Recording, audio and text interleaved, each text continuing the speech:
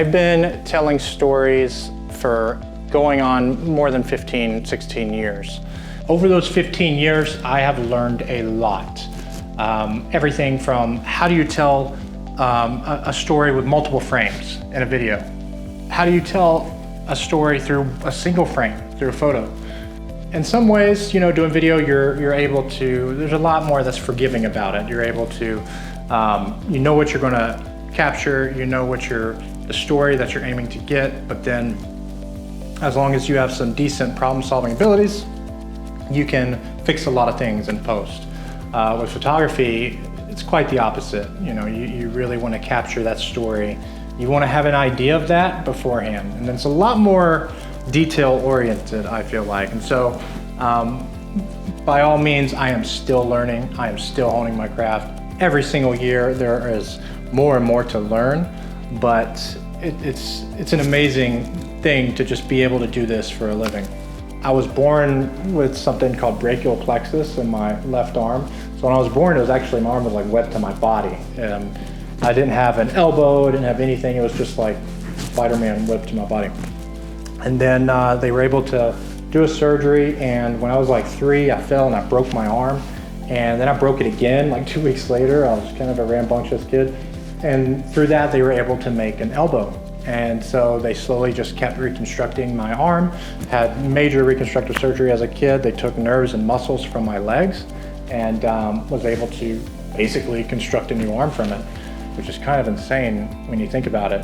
Had this amazing doctor who was able to do, everything from the lengthening the arm, which if you've never done that, or never heard of that, it's very barbaric, but it's the only way to do it. They literally shove these metal beams through your arm, and then you have to like crank it 1 millimeter every day, and it breaks your bone literally, and your bone then grows over 24 hours, and the next morning you have to do it again. You have to do that for like 3 months, which is pretty brutal for like an 11-year-old kid.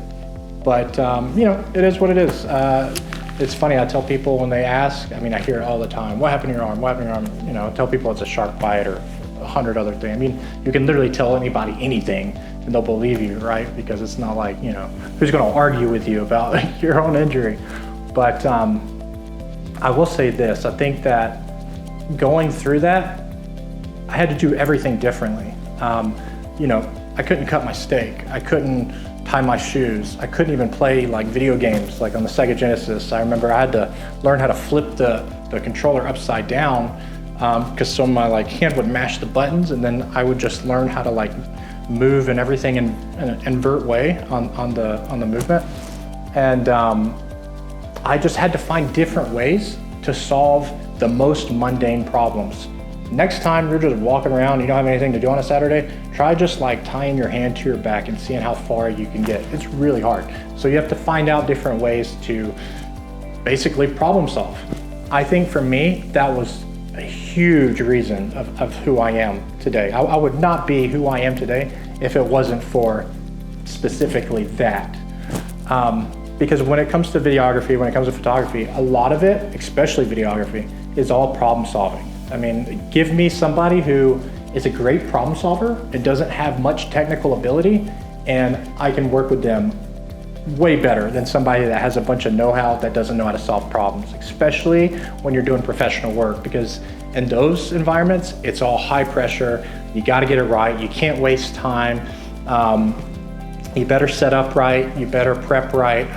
There's so many aspects to that are so important to have that problem-solving ability. Because look, you can do your pre-production. You can have all the know-hows in post-production on how to fix things.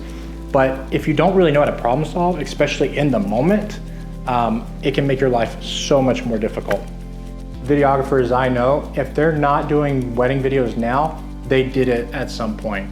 I did about 55 of them. You can even see them all on my YouTube channel.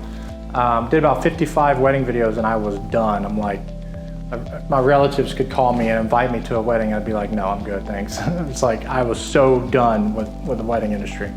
But it is a great opportunity to both get better at what you do, to tell stories, and to just make money. It's an industry that is never going away. I literally went to mock weddings where they would have like caterers and cake makers and photographers and DJs and all the parts of a wedding that you would need. Had a model for the groom, a model for the bride, and just like they faked it as a mock wedding, but as a showcase way to present all the services. That's how big that industry was. And then when COVID hit in 2020, I kind of had to switch my tactics a little bit and started doing commercial work and was able to get started. I got started with Fuse Frozen Yogurt, hired me to do some stuff. I got started with some kickboxing gyms. Then I got started into dentistry. And about that time, about 2020, is when I moved to Texas. And that was a total game changer because in Dallas, there's just opportunities everywhere. Small companies are starting every week, and there's just no shortage of jobs. And so I got started working with Fast Braces. Fast forward a little bit, started working with Fast Braces, worked with them for a few years, and then started working with the other dentists that were part of Fast Braces.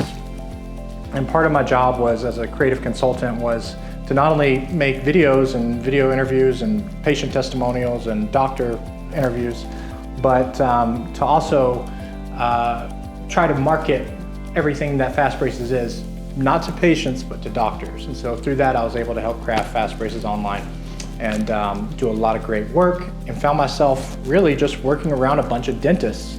And so for the last 3 years, I have been working with dozens of dentists, whether it's relaunching their website, rebranding their company, doing patient testimonials, smile makeovers, drone footage, you name it. With all that said, I've done pretty much everything. I've tried real estate, and by all means, those of you that are in the real estate industry that are making a living, God bless you. I say all that to say it's so important, right? It's so important if you're a young videographer to learn how to do that. I know we hear that all the time. We hear, hey, craft stories, make stories. It's all about storytelling. You hear that, till your ears bleed. But the real point of that is everything tells a story. When you're a videographer or a photographer, you have to realize that your camera tells a story, right? What camera you choose to use. Things have changed a little bit, but back in the day, it was like, Panasonic had blue hues, Sony had green hues, Canon had those red hues, which are great for skin tones. So even that tells a story. If you're a portrait photographer, a lot of portrait photographers were Canon users, but it's all about storytelling. Weddings, great opportunity to tell stories. So when I moved to commercial work, I shot a lot of stuff either on Canon lenses, Canon glass, or Sigma 18 to 35. It's been my bread and butter. I've got it right here on the GH5 with the speed booster.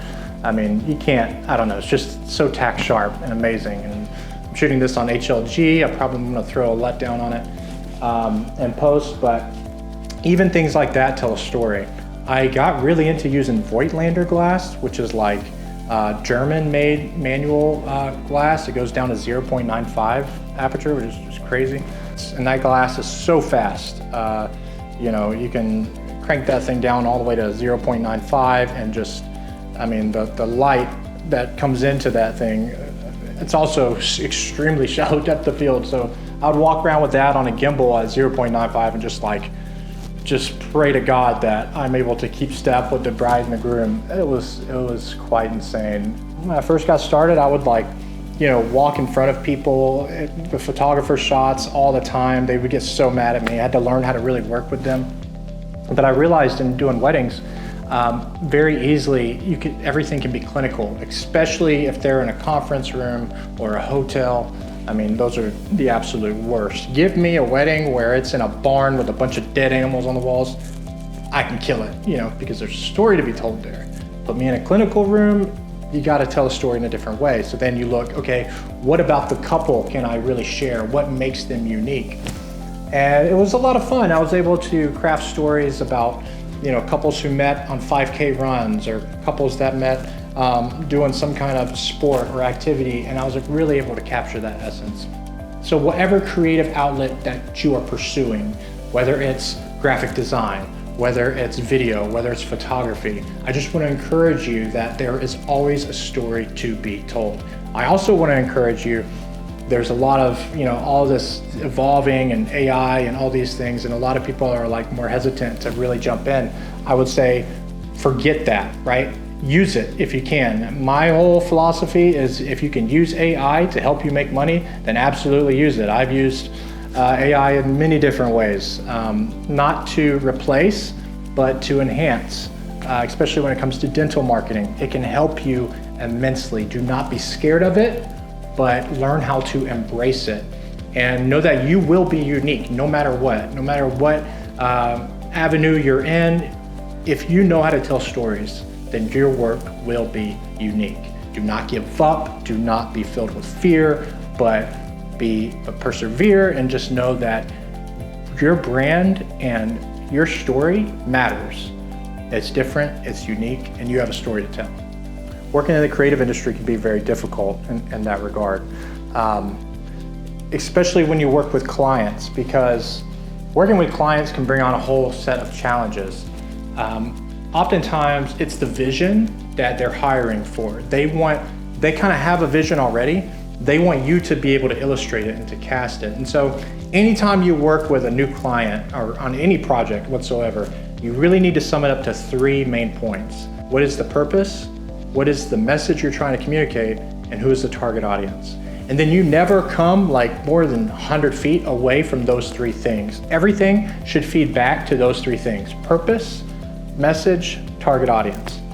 And if you do that, you're able to incorporate your own style, your own storytelling, all those things, but you still don't lose the real sight, and you don't waste a lot of time, because in the creative industry, that is the absolute worst, when somebody is giving you a vision, but you're not interpreting it the right way. So to help you do that, make sure you stay grounded and stay close to those 3 points. Whatever creative field that you're doing, don't give up.